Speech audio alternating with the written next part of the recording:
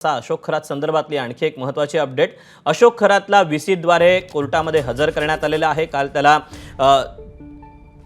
न्यायालयीन कोठडीत पाठवलं होतं आणि त्यानंतर आता त्याला दुसऱ्या गुन्ह्यामध्ये देखील वर्ग करण्यात आलेला आहे आणि आज त्याची या दुसऱ्या गुन्ह्यातली पुन्हा एकदा सुनावणी पार पडणार आहे आणि याबाबतच त्याला कोर्टामध्ये हजर करण्यात आलेला आहे। आज त्याला प्रत्यक्ष हजर न करता कोर्टात ऑनलाईन उपस्थित केलेला आहे।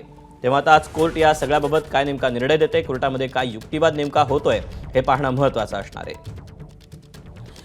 आतापर्यंत अशोक खरातवर 11 गुन्हे दाखल झालेले आहेत। अजूनही त्याचे जे कारनामे आहेत ते रोज नव्यानं समोर येत आहेत। त्याच्या तपासातले जे काही खुलासे आहेत, अनेक ज्या नवनवीन गोष्टी आहेत त्या सातत्यानं समोर येत आहेत आणि आता कोर्टामध्ये खरातच्या जो दुसरा गुन्हा दाखल करण्यात आलेला आहे त्याबाबत सुनावणी पार पडणार आहे। त्याला व्हीसीद्वारे कोर्टामध्ये हजर करण्यात आलेला आहे। आता कोर्टातून काय त्याला सजा सुनावली जाते, पोलिसांकडून त्याचा पुन्हा ताबा मागितला जातोय का हे पाहणं महत्त्वाचं असणार आहे।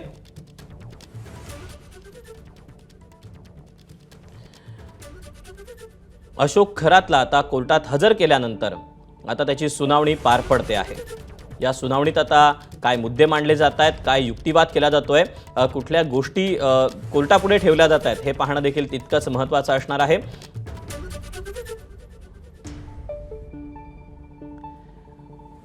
आता अशोक खरातची कोर्टात सुनावणी सुरू झालेली आहे। काल देखील अवघ्या 5 ते 7 मिनिटांमध्ये त्याची सुनावणी संपलेली होती आणि आज आता कोर्टात नेमकं काय होऊ शकतं हे आपण जाणून घेऊयात। शुभम बोडके आपल्यासोबत आहे। शुभम, कोर्टात काय नेमकं आज होणार आहे? आज त्याला दुसऱ्या गुन्ह्यामध्ये हजर करण्यात आले असं समजतंय।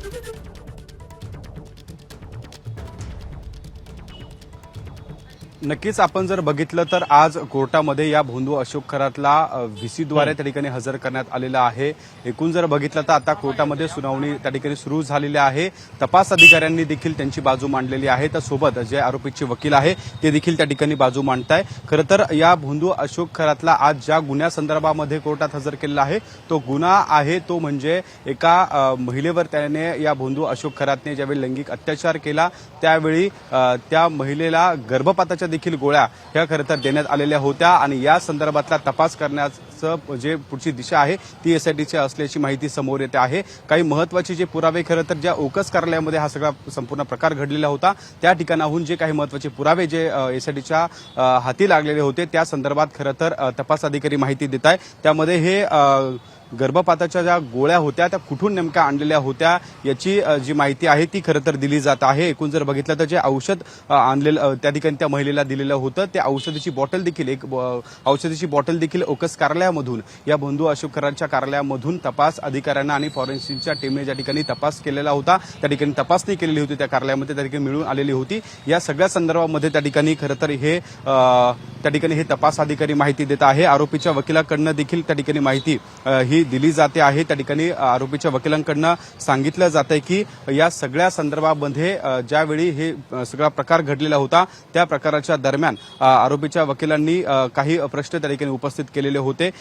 जे भाटे म्हणून जे आरोपीचे वकील आहे ते त्या ठिकाणी बाजू मांडत आहे आणि त्यांनी देखील ही बाजू मांडत असताना तपास अधिकाऱ्यांना काही प्रश्न विचारलेले होते, मात्र तपास अधिकाऱ्यांनी हे सगळे खरं तर प्रश्नाची सरबत्ती खरं तर या वकिलांवर केलेली आहे। या गोळ्या कुठून आणलेल्या होत्या, कोणते डॉक्टर खरं तर या ठिकाणी माहिती देत होते, या सगळ्या संदर्भामध्ये त्या आरोपीच्या वकिलांना त्या ठिकाणी प्रश्न विचारले जात आहे। कोर्टासमोर काही महत्त्वाचे पुरावे देखील त्या ठिकाणी दिले जात आहे। सरकारी वकील आता त्या ठिकाणी बोलायला उभे राहत आहे। खरं तर या प्रकरणामध्ये त्या महिलेला ज्यावेळी तिच्यावर लैंगिक अत्याचार केले त्यावेळी तिला तू मागच्या जन्मातली अप्सरा होती असं सांगितलेलं होतं, असं सरकारी वकील खरं तर ही कोर्टासमोर माहिती देत आहे। असं सांगून तिला काही जडीबुटीचं औषध देऊन खरं तर ही सगळी तिच्यावर अत्याचार केल्याचं सरकारी वकिलांनी त्या ठिकाणी आता जी बाजू आहे ती मांडली जात आहे आणि यामध्ये काही महत्त्वाचे कागदपत्र जे आहे ते एसआयटीच्या अधिकाऱ्यांना हाती लागलेले आहे।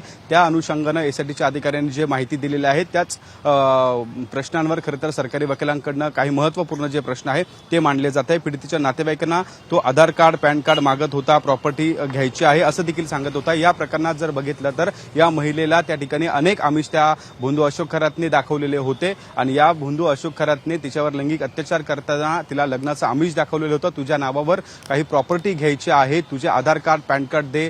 तिच्या नातेवाईकांना देखील या सगळ्या गोष्टींची कागदपत्रांची मागणी हा बंधू अशोक खरात करत होता आणि या सगळ्या गोष्टींचा तपास करण्यासाठी खरं तर तपास यंत्रणेला 7 दिवसांची पोलीस कोठडी पाहिजे आहे अशी बाजू खरं तर या सरकारी पक्षाकडनं मांडली जाते. या सगळ्या संदर्भामध्ये आता हा जो दुसरा गुन्हा आहे त्या दुसऱ्या गुन्ह्यामध्ये आज त्या ठिकाणी न्यायालयामध्ये सुनावणी होत आहे. व्हीसीद्वारे ज्यावेळी या बंधू अशोक खरातला नाव विचारण्यात आलं त्यावेळी देखील या अशोक खरातचा व्हीसीद्वारे त्या ठिकाणी नाव विचारलेलं होतं. त्यासोबत जे वकील त्याचे होते हे तुमचेच वकील आहे का असं खरं तर न्यायालयाने त्याला प्रश्न केलेला होता. त्यांनी हो सांगितल्यानंतर ही सगळी सुनावणी सुरू झाली आणि या संदर्भात जर आपण बघितलं तर काही महत्वाचे जे पुरावे खरं तर एसआयटीच्या यंत्रणेच्या हाती जे तपास यंत्रणेच्या हाती लागलेले आहेत त्या अनुषंगाने आजची होते. एकूण जर पाहिलं तर 7 दिवसांची पोलीस कोठडीची मागणी एसआयटीच्या अधिकाऱ्यांकडून केली जाते आहे. एक प्रकारचा जो गुन्हा आहे त्या गुन्ह्यामध्ये जवळपास त्या ठिकाणी काही महत्वाचे जे पुरावे दिलेले होते त्या पुराव्याच्या अनुषंगाने आजची जी सुनावणी पार पडत आहे या सुनावणीमध्ये 7 दिवसांची पोलीस कोठडी दिल्या जातोय आणि या सगळ्या संदर्भामध्ये ज्यावेळी ही 7 दिवसांची पोलीस कोठडी मागितली जाते त्यावेळी काही महत्वाचे जे तपास आहे तो तपास खरं तर त्या ठिकाणी एसआयटीच्या माध्यमातून होणार आहे आणि त्यासाठी या बंधू अशोक खरातची पोलीस कोठडी मिळावी असं या ठिकाणी सरकारी पक्षाकडनं देखील म्हटलं जात आहे. काही फिर्यादी ज्या आहेत त्या फिर्यादींनी त्या ठिकाणी महत्वाची ज्या तक्रार अर्जामध्ये काही महत्वाचे मुद्दे मांडलेले होते तिला लग्नाचं आमिष दाखवणं असेल, तिच्या नावावरती काही प्रॉपर्टी घ्यायची आहे त्यासाठी कागदपत्रांची मागणी केलेली असेल किंवा तिला काही वेगळे भूलतापा त्या खरं तर या अशोक खरातने दिलेला होता.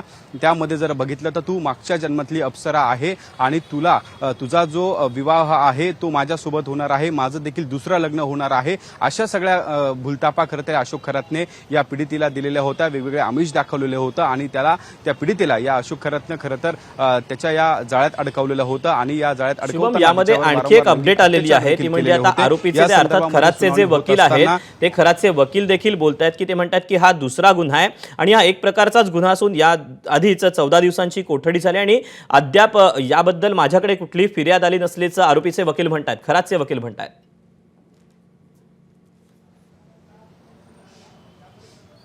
नक्कीच आपण जर बघितलं तर हे जे गुन्हे आहेत ते खरं तर या महिलांवर लैंगिक अत्याचाराचे गुन्हे आहे. अनेक ज्या गुन्ह्यांमध्ये खरं तर या महिलांवर अत्याचार झालेले होते त्यामध्ये काही गोष्टी आपल्या त्या ठिकाणी या सगळ्या प्रकरणामध्ये काही साम्य आपल्याला खरं तर पाहायला मिळत होतं. महिलांना लैंगिक अत्याचार करताना तो वेगवेगळ्या भूलतापा मारत होता, त्या ठिकाणी भूलतापा मारत असताना लैंगिक अत्याचार करत होता, त्या महिलांना आमिष दाखवत होता आणि या सगळ्या गोष्टी करत असताना या महिलांवर तो खरं तर अत्याचार करत होता. त्यामुळे आता खरं तर महत्वाची माहिती ही खरं तर समोर येते आहे. आपण जर बघितलं तर या वकिलांकडूनच या फिर्यादीची कोणती माहिती नाहीये त्यामुळे काय या सगळ्या संदर्भामध्ये आता कोर्ट त्या ठिकाणी निर्णय घेणार हे देखील बघणं तितकंच महत्वाचं असणार आहे. आपण जर बघितलं तर जे आरोपीचे वकील आहे भाटे त्यांच्याकडनं काही महत्वाचे प्रश्न उपस्थित केलेले होते त्यामध्ये कोणतेही उत्तर किंवा कोणताही त्या ठिकाणी या पुरावा खोडून काढण्यासाठी कोणताही मुद्दा या आरोपीच्या वकिलाकडनं नसल्याचं आपल्याला पाहायला मिळतं. त्यामुळे या सगळ्या संदर्भामध्ये तपास अधिकाऱ्यांनी जे महत्वाचे कागदपत्र किंवा जी महत्वाची बाजू कोर्टासमोर मांडलेली आहे त्यावर कोर्ट नेमकं काय निर्णय घेतं हे महत्वाचं आहे. कारण या सगळ्या प्रकरणामध्ये बंधू अशोक खरातची जी पोलीस कोठडी आहे ती मिळण्यासाठी त्याच्या समक्ष या तपास यंत्रणेला काही महत्वाच्या पुराव्यांच्या समक्ष त्याची चौकशी करायची आहे. कारण या सगळ्या तपास यंत्रणेला चौकशी करत असताना अनेक अडचणी समोर येताना पाहायला मिळत आहे. हा आरोपी कोणतीही सहकार्य त्या ठिकाणी करत नाही किंवा विचारपूस करताना कोणतेही सहकार्याची भूमिका त्याची नसते असं या तपास अधिकाऱ्यांनी याआधी देखील कोर्टासमोर माहिती दिलेली होती. त्यामुळे या सगळ्या प्रकरणामध्ये जर आपण पाहिलं तर या तपास यंत्रणेला या सगळ्या पुराव्या समक्ष या बंधू अशोक खरातची अर्थात या आरोपीची चौकशी करायची आहे. त्यासाठी ही पोलीस कस्टडी मागितली जाते. काही व्हिडिओ जे सोशल मीडियावर व्हायरल झाले आहेत त्या संदर्भात देखील काही गुन्हे दाखल झालेले आहे, काळी जादू केल्याचे आरोप देखील झालेले आहे. या संदर्भात देखील काही महत्वाचे पुरावे हे एसआयटीच्या अधिकाऱ्यांच्या हाती लागलेले आहे आणि त्यासाठीच खरं तर हा तपास आता पुढे जाणार आहे. कारण तपास यंत्रणेच्या माध्यमातून माध्यमातून जे महत्त्वाचे पुरावे हाती लागलेले होते त्यामध्ये फॉरेन्सिक टीम देखील होती, कारण फॉरेन्सिक टीममध्ये ज्या पीडित महिला होत्या त्या पीडित महिलांना ज्या कार्यालयात हा भोंदू अशोक खरात या महिलांवर लैंगिक अत्याचार करत होता त्या उकस कार्यालयामध्ये घेऊन गेलेले होते, त्या ठिकाणी खरं तर त्यांची तपासणी केलेली होती. कुठे हा भोंदू अशोक खरात त्या कार्यालयामध्ये त्या महिलांवर अत्याचार करत होता याची माहिती खरं तर तपास यंत्रणेने घेतलेली होती आणि त्यामुळे या सगळ्या संदर्भात तपास यंत्रणेच्या हाती जे महत्त्वाचे धागेदोरे लागलेले आहे त्यासाठी काय अधिकाधिक पुरावे खरं तर हे जे सबळ पुरावे आपण म्हणतो ते पुरावे खरं तर तपास यंत्रणेला मिळवायचे आहे, यासाठी जी पोलीस कोठडी मागितली जाते आहे. यामध्ये जर बघितलं 7 दिवसांची जी पोलीस कोठडी आहे त्याची गरज नाही असं त्या ठिकाणी खरं तर या आरोपीचे वकील त्या ठिकाणी म्हणतात. त्यामुळे एकूण आपण जर पाहिलं तर त्याला पोलीस कोठडी मिळावी यासाठी खरं तर सरकारी वकील असेल किंवा एसआयटीचे तपास अधिकारी असेल यांनी खरं तर ही बाजू मांडलेली आहे कोर्टासमोर आणि कोर्ट नेमका काय निर्णय घेतं हे देखील बघणं महत्त्वाचं असणार आहे. कारण या सगळ्या प्रकरणात जर बघितलं तर या प्रकरणामध्ये महिलांवर लैंगिक अत्याचाराच्या ज्या घटना घडलेल्या होत्या त्या एकसारख्याच होत्या, मात्र वेगवेगळे कारण दिले जात होते. एका महिलांना तो म्हणत होता का मी कृष्ण आहे तू माझी राधा आहे, असे वेगवेगळे कारण द्यायचा खरं तर दैवी शक्ती असल्याचा भासवत होता. आणि या महिलांना दैवी शक्ती असल्याचं भासवत असताना पूजाविधीच्या नावाने हे सगळे लैंगिक अत्याचार खरं तर तो करत होता. त्यामुळे या प्रकरणात जर बघितलं तर सगळ्यात महत्त्वाची आणि गंभीर बाब म्हणजे महिलांवर लैंगिक अत्याचार करत असताना तो काही औषधं जे आहेत ते त्या ठिकाणी देत होता आणि जी आता या संदर्भामध्ये सुनावणी सुरू आहे त्या पीडित महिला गर्भवती असताना तिला त्याच ओकस कार्यालयामध्ये त्याने गर्भपाताच्या देखील गोळ्या दिलेल्या होत्या. त्यामुळे या सगळ्या संदर्भामध्ये तपास यंत्रणा नेमका या सगळ्या गंभीर गुन्ह्यांच्या अनुषंगाने जे पुरावे गोळा करत आहेत त्या पुराव्याच्या आधारे किंवा समक्ष चौकशीसाठी या भोंदू अशोक खरातला पोलीस कोठडी मिळावी यासाठी ही सगळी बाजू मांडताय. त्यामुळे आता मात्र सध्या कोर्टामध्ये एकीकडे हा सगळा युक्तिवाद सुरू असताना आतापर्यंत जे आपल्या समोर जी माहिती आलेली आहे त्यानुसार एकंदरीत साधारणपणे 11 गुन्हे अशोक खरातवर दाखल झालेले आहेत, ज्यामध्ये आता तू ज्याचा उल्लेख केलेला होता की लैंगिक अत्याचार असेल किंवा विनयभंग असेल असे काही गुन्हे आहेत. असे कुठल्या आणखीन स्वरूपाचे हे 11 गुन्हे दाखल झालेत?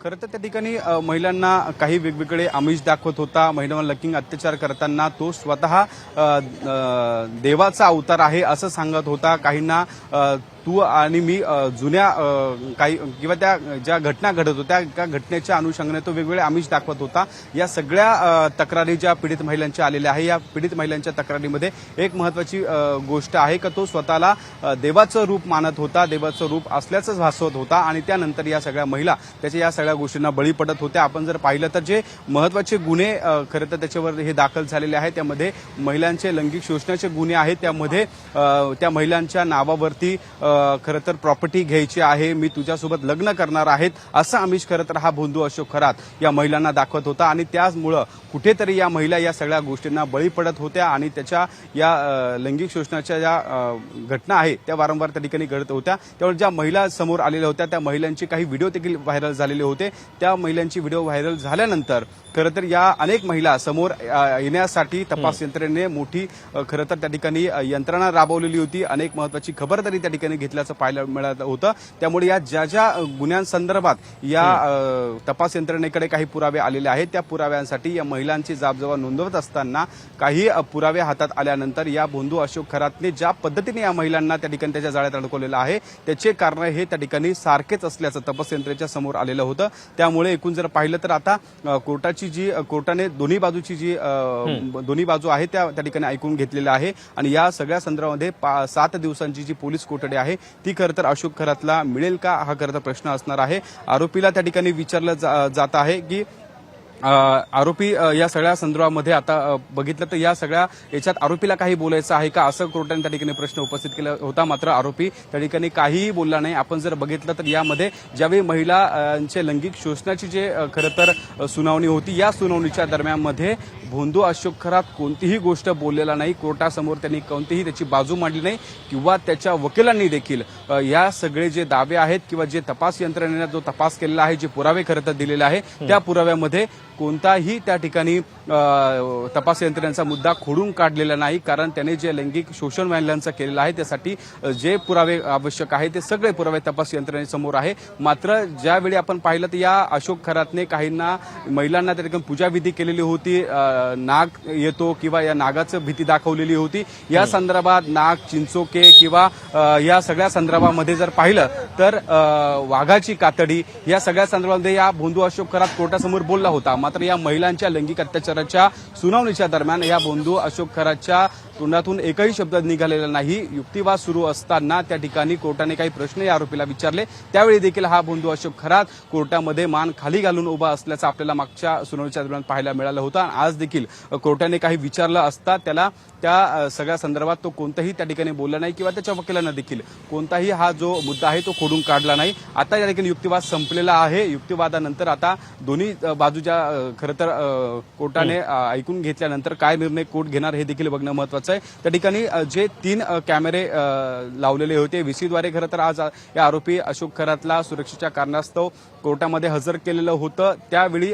व्हीसीद्वारे ज्यावेळेस त्याला हजर केलं त्यावेळी आता त्या ठिकाणी 3 जे कॅमेरे आहेत ते लावलेले होते। एक आरोपीसाठी लावलेला होता, त्याच्या समोर एक जे न्यायमूर्ती आहेत त्यांच्यासाठी एक लावलेला होता आणि या सगळ्या कॅमेरामध्ये कोर्ट रूम मधली जी गर्दी आहे ती देखील आपल्याला मोठ्या प्रमाणात पाहायला मिळते। कारण हे राज्य नव्हे तर देशभरात गाजणारे हे खरात प्रकरण आहे आणि या खरात प्रकरणामध्ये नेमकं काय घडतंय हे बघण्यासाठी, हे ऐकण्यासाठी कोर्टात काय काय युक्तिवाद होतो हे त्या ठिकाणी खरं तर बघण्यासाठी मोठी गर्दी कोर्ट रूम मध्ये देखील पाहायला मिळत होती आणि त्यासोबत कोर्टाच्या बाहेर देखील मोठी गर्दी होत होती आणि त्यासाठीच कुठेतरी सुरक्षेचं कारण देऊन तपास यंत्रणेने अर्थात SITने कोर्टासमोर एक विनंतीचा अर्ज केलेला होता की आरोपीला आजच्या सुनावणीसाठी त्या ठिकाणी व्हीसीद्वारे हजर करावे आणि तत्काळ त्या ठिकाणी कोर्टाने देखील त्यांची जी मागणी आहे ती मान्य केली आणि त्यानंतर अशा ज्या कोर्टामध्ये सुनावणी होणार आहे त्या ठिकाणी तत्काळ त्याची व्हीसीद्वारे हजर होण्याची जी कारवाई आहे, जी तयारी आहे ती सुरू केलेली होती। त्यामुळे आता युक्तिवाद झालेला आहे, दोन्ही बाजूला काय नेमकं मांडायचं आहे ते खरं तर मुद्दे मांडलेले आहे। आरोपीच्या वकिलाने देखील काही महत्त्वाचे मुद्दे त्या ठिकाणी खोडून काढण्याचा प्रयत्न केला, मात्र ते त्या तपास यंत्रणेने ज्या पद्धतीने जे ठोस पुरावे दिलेले आहेत त्यामध्ये या आरोपीच्या वकिलाला कोणताही मुद्दा खोडून काढता आलेला नाही। खरं तर कोर्टाने देखील या आरोपीला खरं तर आता कोर्टाकडून काय नेमका निर्णय येणार याकडे सगळ्यांचं लक्ष लागलेलं आहे। सरकारी वकिलांकडून 7 दिवसांच्या पोलीस कोठडीची मागणी केली गेली आहे तर दुसरीकडे खरातच्या वकिलांनी देखील तितकीच बाजू मांडण्याचा देखील प्रयत्न केलेला आहे। आजच्या युक्तिवादामध्ये कुठल्याशा प्रमुख ठळक बाबी आहेत की ज्यामध्ये सरकारी वकिलांकडून अशोक खरातची कस्टडी मिळावी 7 दिवसांची यासाठी मागणी केली गेली, कुठल्या या प्रमुख मुद्दे की जे आपण पुन्हा प्रेक्षकांना सांगता येतील?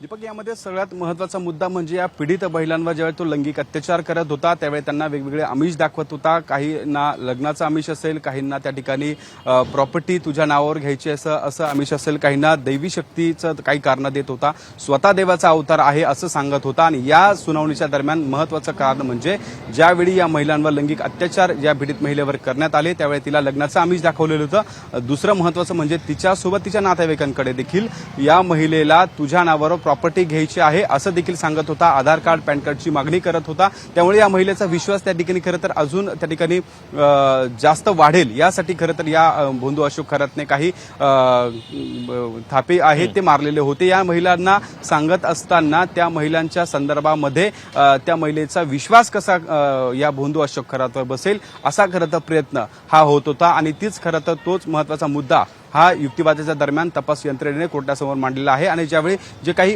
गोळ्या या गर्भपाताच्या गोळ्या दिलेल्या होत्या त्या गर्भपाताच्या गोळ्या देत असताना काही जडीबुटींचा वापर करत होत होता आणि या जडीबुटींचा वापर कुठून होत होता, काय काय नेमकं त्या ठिकाणी हा भोंदू अशोक खरात करत होता हा खरं तर तपास आता तपास यंत्रणेला करायचा आहे आणि त्यासाठी त्याची पोलीस कोठडी मिळावी असा जोरदार युक्तिवाद खरं तर सरकारी पक्षाकडनं आणि सोबत ज्या तपास अधिकारी आहेत त्यांच्याकडनं देखील केलेला आहे। त्यामुळे या प्रकरणामध्ये कोर्ट नक्कीच या सगळ्या संदर्भामध्ये महत्त्वाचं त्या ठिकाणी मत नोंदवणार आहे। याला पोलीस कोठडी दिली जाईल अशी खरं तर शक्यता त्या ठिकाणी वर्तवली जाते। त्याचे कारणही तसंच आहे, कारण ज्यावेळी या महिलांवर अत्याचार होत होते त्यावेळी या महिलांवर अत्याचार करताना ज्या घटना घडत होत्या त्या सगळ्या घटना या तपास यंत्रणेने महिलांकडनं फिर्यादीमध्ये नोंदवलेल्या होत्या, तक्रारीमध्ये नोंदवलेल्या होत्या आणि त्याच अनुषंगानं टप्प्याटप्प्याने हा तपास पुढे गेला। त्याच तपास यंत्रणेला काही महत्त्वाचे पुरावे देखील मिळाले होते। ज्या अवकाश कार्यालयामध्ये हे सगळे कारनामे सुरू होते त्या अवकाश कार्यालयामध्ये ज्यावेळी फॉरेन्सिक टीमकडनं या भोंदू अशोक खरातची संदर्भात ज्यावेळी काही झाडाझडती या कार्यालयाची घेण्यात आली त्या ठिकाणी औषधाची बाटली देखील ही मिळून आलेली होती। नेमके हे औषध काय होतं, जडीबुटी नेमका कुठून आलेल्या होत्या, या जडीबुटींचा वापर नेमका काय कुठे करत होता, या सगळ्या संदर्भामध्ये तपास यंत्रणेला पुढच्या काळामध्ये तपास करायचा आहे आणि त्यासाठी खरं तर या तपास यंत्रणेला तपास करण्यासाठी या बंधू अशोक खरातची पोलीस कोठडी आवश्यक आहे आणि ती तपास यंत्रणा पोलीस कोठडी मिळाल्यानंतर काही पुराव्यासोबत या अशोक खरातची समक्ष चौकशी ही केली जाईल। एसआयटीच्या माध्यमातून जे पुरावे आहेत ते पुरावे ज्यावेळी समोर आणले गेले त्या पुराव्याच्या अनुषंगाने या आरोपीकडनं सत्यता नेमकी काय आहे हे खरं तर बघितलं जाईल, कारण या पीडित महिलांच्या तक्रारीमधले जे महत्त्वाचे मुद्दे होते त्या मुद्द्यांमध्ये जे या पीडितांनी तक्रारीत म्हटलं आहे त्याच पद्धतीने काही पुरावे या तपास यंत्रणेच्या हाती लागलेले आहेत। त्यामुळे हे महत्त्वाचे पुरावे तपास यंत्रणेला मिळाल्यामुळे खरं तर या अशोक खरातच्या अडचणी वाढणार आहे आणि अशोक खरातने जे काळे कारनामे केले आहे ते खरं तर उघड होणार आहे आणि त्यासाठीच या तपास यंत्रणेला पुन्हा पोलीस कोठडी मिळावी यासाठी हा सगळा प्रयत्न सुरू असल्याचं आपल्याला पाहायला मिळत आहे। एकूण जर पाहिलं तर सरकारी वकिलांकडनं जो महत्त्वाचा मुद्दा मांडलेला होता त्यामध्ये एक आपल्याला खरं तर महत्त्वाचा त्या ठिकाणी हा मुद्दा आपल्याला पाहायला मिळाला। यामध्ये सरकारी पक्षाकडनं जी एकूण ज्या घटना घडलेल्या होत्या त्यामध्ये 2022 मध्ये ज्या घटना झालेल्या आहेत ती घटना नेमकी कोणती आहे, त्यासाठी या पीडितेने जे म्हटलं आहे त्यामध्ये सत्यता नेमकी काय आहे असे प्रश्न खरं तर त्या ठिकाणी उपस्थित केले असताना सरकारी पक्षाकडनं यामध्ये किती सत्यता आहे हे खरं तर कोर्टासमोर मांडलेलं आहे। त्यामुळे नक्कीच या सगळ्या सुनावणीच्या दरम्यानमध्ये कोर्टाने काही महत्त्वाचे मुद्दे त्या ठिकाणी नोंदवलेले आहे आणि याच अनुषंगाने त्याला पोलीस कोठडी का द्यावी ही खरं तर त्या ठिकाणी जो प्रश्न आरोपीच्या वकिलांनी उपस्थित केलेला होता या संदर्भात कोर्ट नेमका काय निर्णय घेतं हे देखील बघणं तितकंच महत्त्वाचं असणार आहे। दीपक शुभम, एकीकडे साधारणपणे एक 15 ते 20 मिनिटं हा सगळा युक्तिवाद आज कोर्टामध्ये चाललेला आहे, पण आजची जी सुनावणी होती किंवा हा जो युक्तिवाद होता हा व्हीसीद्वारे झालेला होता। हा व्हीसीद्वारे कशा पद्धतीनं कोर्टामध्ये युक्तिवाद पार पडला? साधारणपणे 3 कॅमेरे यासाठी लावण्यात आले होते।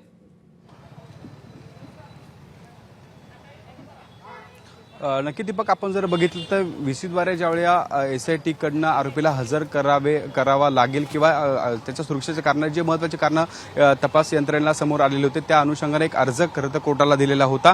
त्यामध्ये महत्त्वाचं कारण म्हणजे या बंधू अशोक खरातच्या सुरक्षेचा प्रश्न खरं तर महत्त्वाचा होता, कारण ज्यावेळी कोर्टाच्या बाहेर त्याला आणलं जात होतं त्यावेळी मोठ्या प्रमाणात गर्दी होत होती, पोलीस यंत्रणेची देखील मोठी दमछाक होताना आपल्याला पाहायला मिळत होती। त्याला कोर्टामध्ये हजर केल्यानंतर पुन्हा बाहेर काढण्यानंतर त्याला कोठडीपर्यंत अनेक ज्या गोष्टी आहेत त्या खरं तर त्या ठिकाणी आव्हान जे आहे ते तपास यंत्रणेसमोर होतं। यामध्ये अनेक महत्त्वाचा वेळ त्या ठिकाणी जात होता आणि सुरक्षेचा प्रश्न देखील महत्त्वाचा होता। त्यामुळे त्याची व्हीसीद्वारे खरं तर आज जी आहे ती सुनावणी पार पडलेली आहे। आतमध्ये आपण कोर्टरूममध्ये जर बघितलं तर 3 स्क्रीन लावण्यात आलेल्या होत्या। एका स्क्रीनमध्ये हा आरोपी अशोक खरात होता, दुसऱ्या स्क्रीनमध्ये त्या ठिकाणी प्रेक्षक होते आणि तिसऱ्या स्क्रीनमध्ये न्यायमूर्ती आहेत त्या ठिकाणी होत्या।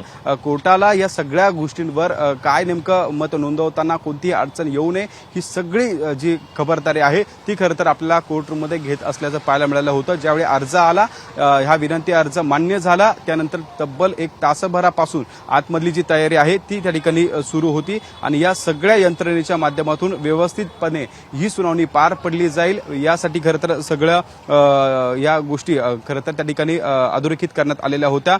खरं तर आपण जर बघितलं तर या वेळी व्हीसीद्वारे ज्यावेळेस आरोपीला त्या ठिकाणी कोर्टामध्ये हजर केलेलं होतं त्यावेळी तो उभा असताना दोन्ही हातांवर हात धरून तो त्या ठिकाणी उभा आहे, त्याची दाढी वाढलेली असल्याचं आपल्याला पाहायला मिळतंय आणि त्याने पिंक रंगाचा शर्ट देखील घातल्याचं आपल्याला पाहायला मिळतंय। खरं तर तो अनेक त्याची आपण पोलीस कोठडीमध्ये असेल किंवा त्याला अटक केली किंवा तपास यंत्रणेची चौकशी करत असते त्यावेळी तो त्याच्या हाताची जी काही नेहमीचे नामजप करत होता ते नामजप पूर्ण वेळ करत असल्याचं खरं तर तपास यंत्रणेच्या लक्षात आलेलं होतं। आपण देखील अनेकदा ते बघितलेलं होतं। आज देखील कोर्टामध्ये ज्यावेळी त्याच्या संदर्भात या गंभीर गुन्ह्याच्या संदर्भात सुनावणी पार पडत होती त्यावेळी देखील तो त्या ठिकाणी हातावर हात ठेवून त्या ठिकाणी उभा होता, मान त्याची नेहमीप्रमाणे खाली असलेला पाहायला मिळालं होतं, कारण अनेक जे या बंधू अशोक खरातने जे महिलांवर लैंगिक अत्याचार केलेला आहे या संदर्भात तो कोणताही शब्द कोर्टासमोर बोललेला नाही। कोर्टाने काही त्याला प्रश्न विचारले त्याचंही उत्तर या आरोपी अशोक खरातने दिलेलं नाहीये। त्यामुळे आज की ज्या वेळेला हा सगळा युक्तिवाद संपलेला होता त्यावेळेला न्यायाधीशांनी अशोक खरातला विचारणा केली की तुला या सगळ्याबाबत काही बोलायचं आहे का? त्यावेळेला मात्र त्यांनी चुप्पीच साधलेली पाहायला मिळाली।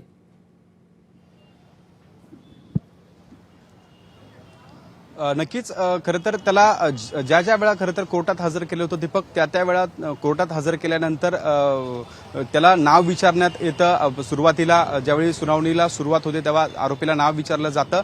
त्यांनी नाव विचारल्यानंतर त्याची पूर्ण वेळ म्हणजे जितका वेळ सुनावणी सुरू असते तितका वेळ त्याची मान खाली असल्याचं आपल्याला पाहायला मिळालं होतं. कारण ज्या पद्धतीने त्याने जे गंभीर खरं तर हे सगळे क्रूर कर्म केलेले आहे त्या सगळ्या संदर्भामध्ये युक्तिवाद सुरू असताना महत्वाचे पुरावे तपास अधिकाऱ्यांच्या हाती लागल्यानंतर जे पुरावे कोर्टासमोर मांडले जातात त्यावेळी त्याचं फक्त लक्ष त्या ठिकाणी असतं, मात्र तो नजर वरती करून त्या ठिकाणी बघत नाही. त्याची मान खाली असते, पूर्ण वेळ तो ऐकत असतो. त्याच्या ज्या आरोपीचे वकील आहे त्या वकिलांकडे देखील त्याची नजर जात नाही, असं खरं तर आपल्याला त्या कोर्टरूममध्ये अनेकदा पाहायला मिळालं होतं. कारण जे कारनामे त्यांनी केलेले आहेत त्या कारनामे करत असताना ज्या पद्धतीने त्यांनी काही आमिष दाखवले होते या पीडित महिलांना, त्या पीडित महिलांना हे सगळे कारनामे करत असताना ज्या ज्या गोष्टींमध्ये त्यांनी खरं तर त्याला या महिलांना विश्वास कसा त्या ठिकाणी या भोंदू अशोक खरातवर बसेल असे जे कारण दिलेले होते त्याचे काही कारण आहेत ते तपास यंत्रणेकडनं ते कोर्टासमोर मांडल्या गेल्यानंतर त्याला त्या ठिकाणी कुठेतरी या सगळ्या गोष्टी त्याचा आता उघड होत आहे हे कळत होतं आणि त्यामुळे तो मान खाली घालून खरं तर या कोर्टासमोर आपल्याला उभा असल्याचा पाहायला मिळत होता. आणि आज देखील ज्यावेळी त्याला त्या ठिकाणी कोर्टामध्ये व्हीसीद्वारे हजर केलेला आहे तेव्हा देखील तो आतमध्ये व्हीसीमध्ये आपल्या स्क्रीनवर पाहायला मिळत आहे की तो उभा आहे. त्यांनी अंगामध्ये जे शर्ट घातलेलं आहे ते पिंक रंगाचं आहे, गुलाबी रंगाचं त्यांनी शर्ट घातलेला आहे, टी शर्ट घातलेला आहे आणि तो खाली मान घालून हातावर हात ठेवून हे सगळं ऐकतोय. काय नेमका कोर्टामध्ये सुरू आहे, आज नेमका काय महत्वाचे पुरावे खरं तर कोर्टासमोर सादर केलेला आहे हे सगळं तो ऐकत असतो. आणि ज्या पद्धतीने जे पुरावे आहे हे त्याला समजलं जातं त्यावेळी तो चौकशी दरम्यान कोणताही शब्द त्या ठिकाणी उच्चारत नाही, अधिकाऱ्यांना कोणता रिस्पॉन्स देत नाही. चौकशी सुरू असताना काही पुरावे या आरोपीसमोर तपास यंत्रणा त्या ठिकाणी दाखवत असते. हे सगळे तपास यंत्रणेच्या माध्यमातून जे पुरावे त्याच्या समोर मांडले जातात त्यावेळी कोणताही सहकार्याची भावना या आरोपीकडनं होत नाही. त्यामुळे या सगळ्या तपास यंत्रणेला या सगळ्या गुन्ह्यांमध्ये तपास करण्यासाठी मोठा विलंब लागत असल्याचं पाहायला मिळतंय. ही महत्वाची बाजू किंवा हा महत्वाचा मुद्दा देखील खरं तर कोर्टासमोर तपास यंत्रणेने उपस्थित केलेला होता, हा प्रश्न उपस्थित केलेला होता. आणि या सगळ्या संदर्भामध्ये त्याचे जे कारनामे आता उघड होत आहे हे उघड होत असताना तपास यंत्रणेला कशा अडचण निर्माण होईल हाच खरा प्रयत्न हा भोंदू अशोक खरात करत असतो. त्याची जवळपास 8 तास 10 तास 11 तास त्याची चौकशी केली जाते. जे त्याचे संबंधित लोक आहेत त्या संबंधित लोकांना आपण जर बघितलं तर त्याच्या सोबत काही जे शनीश्वर मंदिरच्या पुजारी होते, त्याचा सिंह होता, या सगळ्यांना तेव्हा या तपास यंत्रणेने एकत्रित त्यांची चौकशी केली. त्यावेळी देखील हा भोंदू अशोक खरात कोणताही रिस्पॉन्स तपास यंत्रणेला देत नाही, त्या ठिकाणी कोणत्याही प्रश्नाचं उत्तर देत नाही. पुरावे त्याच्या समोर आणल्यानंतर तो किमान नजरवरती करून देखील बघत नाही. त्यामुळे मोठा वेळ या तपास यंत्रणेला या खरातच्या प्रकरणामध्ये पुढे तपास यंत्रणांना खरं तर शुभम वेळ लागतो आहे. मात्र त्याची आज ऑनलाईन सुनावणी पार पडलेली आहे. अगदी काही क्षणामध्ये कोर्टाकडून काय नेमका निर्णय येतो याकडे आपल्या सगळ्यांचं खरं तर लक्ष लागलेलं आहे. मात्र जर या खरातकडे आपण बघायचं झालं तर आजचा जो गुन्हा होता हा खरं तर महिलांच्या बद्दल जी त्यानं काही फसवणूक केलेली होती त्याबद्दलची ही खरं तर सुनावणी झाली. पण एकंदरीतच पाहिलं तर त्यानं सगळ्यांचीच फसवणूक केलेली आहे, ज्यामध्ये शेतकरी असतील, आबालवृद्ध असतील, व्यावसायिक असतील, अशा सगळ्यांभोवतीच त्यानं सगळ्याच समाजातल्या प्रत्येक घटकाला त्यानं फसवलं असं म्हटलं तर वावगं ठरणार नाही. काल देखील त्याचा जे कारनामा समोर आला होता त्यामध्ये त्यानं शेतकऱ्यांची देखील फसवणूक केल्याचं समोर आलं होतं. त्यामुळे आर्थिक असतील किंबहुना अंधश्रद्धेच्या निमित्तानं असतील, त्यामुळे त्याच्यावरचा जो फास आहे तो अधिकाधिक घट्ट होणार आहे येत्या काळात.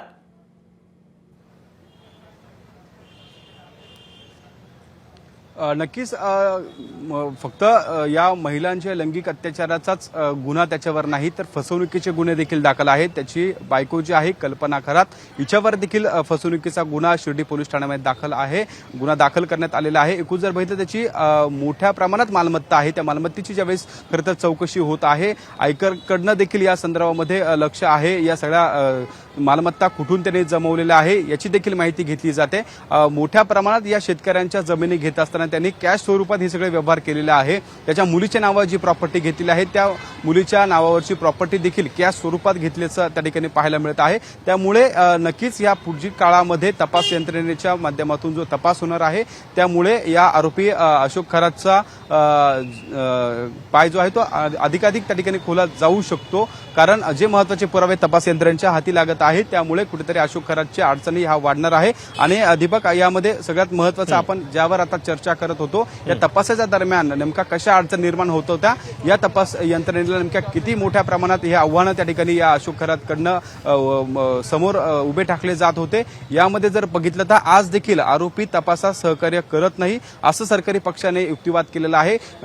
खरं तर आपण ज्या विषयावर बोलत होतो तोच मुद्दा आज खरं तर पुन्हा एकदा सरकारी पक्षाकडनं युक्तिवादाच्या दरम्यान त्या ठिकाणी उपस्थित केलेला आहे। कारण अनेक चौकशा ज्या सुरू आहेत त्या तपास अधिकाऱ्यांच्या माध्यमातून पुरावे गोळा केले जात आहे। वेगामध्ये खरं तर ही सगळी तपासाची यंत्रणा तपास यंत्रणेकडनं राबवली जाते, मात्र हा भोंदू अशोक खरात त्याचे हे सगळे कारनामे उघड होत असताना कोणत्याही तपासामध्ये सहकार्य करत नाही। एक तपासाचा भाग असतो की त्याला काही गोष्टी विचारल्या जातात, त्या विचारल्यानंतर पुढची काही प्रक्रिया असते तपासाची ती राबवली जाते, मात्र तो जोपर्यंत बोलत नाही तोपर्यंत तपास यंत्रणा पुढे जाता येत नाही।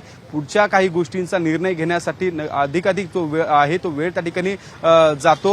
खरं तर या तपास यंत्रणाचा अधिक वेळ जो खर्ची होतो त्यामध्ये याचे कारण जे आहे ते कारण हेच आहे का हा भोंदू अशोक खरात तपास यंत्रणेला कोणतंही सहकार्य करत नाही। कारण आपण बघितलं तर काल त्याच्या काही सीए असेल, काही डॉक्टर खरं तर आज ज्या संदर्भामध्ये युक्तिवाद सुरू आहेत यामध्ये ज्या महिलांना ज्या पद्धतीच्या गोळ्या देत होता, गर्भपाताच्या गोळ्या देत होता, या नेमका भोंदू अशोक खरात कुठून आणत होता त्या डॉक्टरांची चौकशी केली, डॉक्टरांचे जबाब नोंदवले गेले, तपास यंत्रणेला काही महत्त्वाचे पुरावे हाती लागले।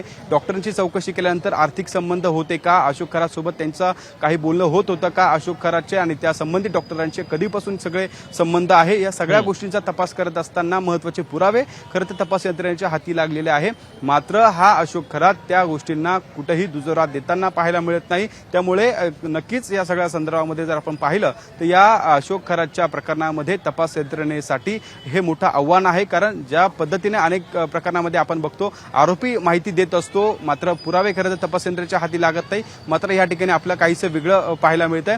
तपास यंत्रणेकडे अधिकाधिक पुरावे जे आहेत ते मिळाले आहे, कारण तपास यंत्रणेच्या 3 ते 4 ज्या टीम आहेत ते वेगवेगळ्या गुन्ह्यांमध्ये तपास करताय। अगदी त्या ठिकाणी हा तपास सुरू असताना मोठ्या प्रमाणात त्या ठिकाणी खबरदारी वेगवेगळ्या प्रकारची घेतली जाते। कोणतीही माहिती त्या ठिकाणी या अशोक खरातच्या संबंधित लोकांना मिळू नये, पुरावे नष्ट होऊ नये, हे सगळे जे आहे ती खबरदारी तपास यंत्रणेकडनं घेत असताना या सगळ्या संदर्भामध्ये मात्र हा आरोपी अशोक खरात कोणतीही सहकार्याची भावना ठेवत नाहीये। त्यामुळे या सगळ्या तपास यंत्रणेवर मोठा आव्हान त्या ठिकाणी निर्माण झालेला आहे। आणि एकूण जर पाहिलं तर आज जो युक्तिवाद झाला तपास यंत्रणेसमोर हा जो आरोपी आहे हा सहकार्य करत नसल्याचं या तपास यंत्रणेचं म्हणणं आहे आणि स्वाभाविकच यामुळेच सरकारी वकिलांनी 7 दिवसांची त्याची पोलीस कोठडी मागितली आहे। मात्र त्याच्या वकिलांचा मात्र या पोलीस कोठडीला विरोध पाहायला मिळतो। त्यांचं म्हणणं आहे की आधीच 14 दिवसांची कोठडी झालेली आहे।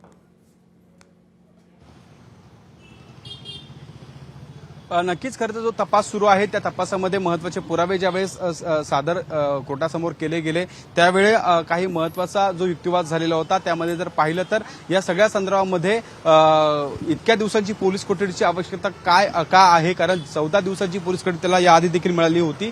या सगळ्या संदर्भात जर पाहिलं तर या अशोक खरातच्या या प्रकरणामध्ये जे पुरावे समोर आलेले आहेत ते पुरावे समोर आल्यानंतर ते ठोस पुरावे आहे हे आरोपीच्या वकिलाला ठामपणाने त्या ठिकाणी माहिती आहे आणि त्यामुळेच हे आरोपीचे वकील या युक्तिवादाच्या दरम्यान कोणताही मुद्दा खोडू शकत नाही।